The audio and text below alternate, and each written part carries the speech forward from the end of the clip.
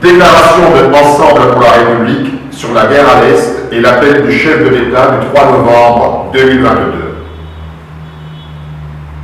Dans le contexte de la guerre en cours dans l'Est du pays, Ensemble pour la République tient à souligner les principes de base qui guident son engagement politique en faveur du peuple congolais. 1. L'intégrité territoriale de la République démocratique du Congo. Elle ne peut être violée ou remise en question. L'unité et l'inviolabilité des frontières de notre pays sont des principes intangibles et non négociables. 2. L'ordre institutionnel actuel, fruit d'un long cheminement qui a conduit à l'adoption par référendum de la Constitution par le peuple. Au risque de conduire notre pays dans une grave instabilité, toutes les dispositions de cette Constitution doivent être respectées dans leur intégralité. 3. La légitimité du pouvoir relevant des élections et non du recours à la violence ou tout autre moyen arbitraire et inique. Le monopole de la détention des armes sur le territoire national relève des forces de défense et de sécurité étatiques. Aucun Congolais n'a le droit de prendre les armes, constituer des milices ou des groupes armés. 4. L'égalité de tous les Congolais devant la loi et le bien public, quel que soit leur genre, éducation, langue, origine, appartenance à une ethnie, à une tribu, à une religion, à une minorité culturelle ou linguistique. Tous les Congolais ont droit à une égale protection de l'État et ne peuvent faire l'objet d'une quelconque mesure discriminatoire. Face à la gravité de la situation à l'Est, Ensemble pour la République entend répondre à l'appel du chef de l'État au nom de l'intérêt supérieur de la nation.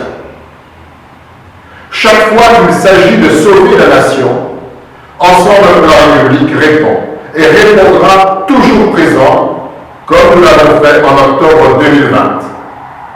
Toutefois, il y a lieu de déplorer que dans la mise en œuvre de ce genre d'appel, les résultats espérés manquent souvent au rendez-vous. Cela pour plusieurs raisons. Entre autres, le non-respect des engagements souscrits. Au-delà d'un appel au rassemblement de la nation, une victoire contre les forces d'agression appelle des décisions fortes, car il est impératif de traiter les causes et non les conséquences qui ont abouti aujourd'hui comme hier à la guerre dans l'Est du pays.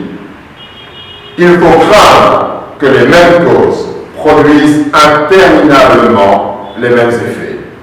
Il y a près de 10 ans, les FARDC, nos forces armées, avaient infligé une mémorable défaite au groupe armé M23. Les éléments de ce groupe avaient été contraints de trouver refuge en Ouganda et au Rwanda. Il n'y a donc pas un voile de fatalité qui couvre l'avenir de la République démocratique du Congo. Cette nouvelle guerre, nous nous devons de la gagner. Pour ce faire, il importe sur le plan militaire, doter les soldats qui sont déployés au front des moyens dignes en comparaison de ceux qui sont alloués aux institutions. Nos forces armées doivent se sentir soutenues, encadrées, motivés et bien payés. Mobiliser les moyens financiers pour soigner nos blessés et soutenir les veuves et les orphelins dont la situation de précarité actuelle est un élément de démotivation de nos troupes au front. Éviter de recourir aux troupes étrangères dont les gouvernements sont accusés ou soupçonnés de prêter main forte aux rebelles et autres groupes armés. Faire appel aux troupes d'un allié solide, constant et impartial comme l'Angola, capable de soutenir les FARDC et d'appuyer leur réorganisation.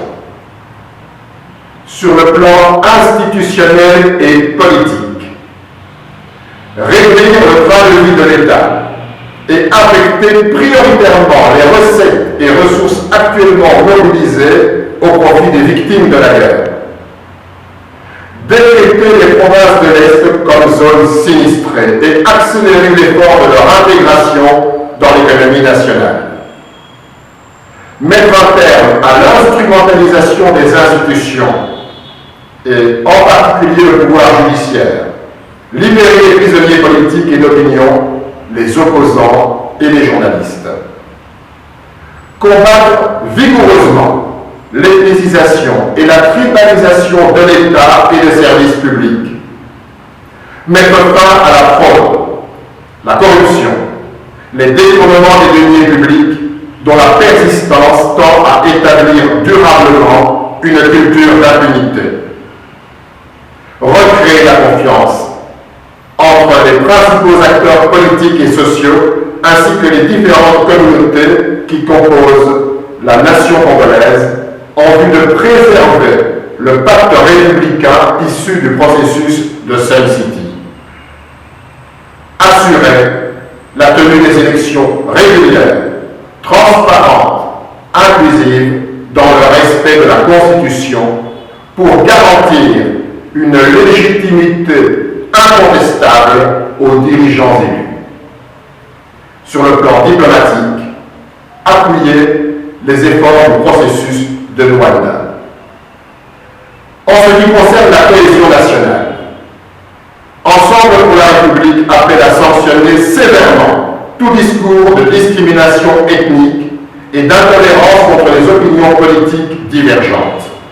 Il est possible de mettre un terme à cette guerre dans l'Est du pays et de prévenir ce type de conflit à condition d'en avoir réellement la volonté, d'agir dans la sincérité et sans arrière-pensée politicienne.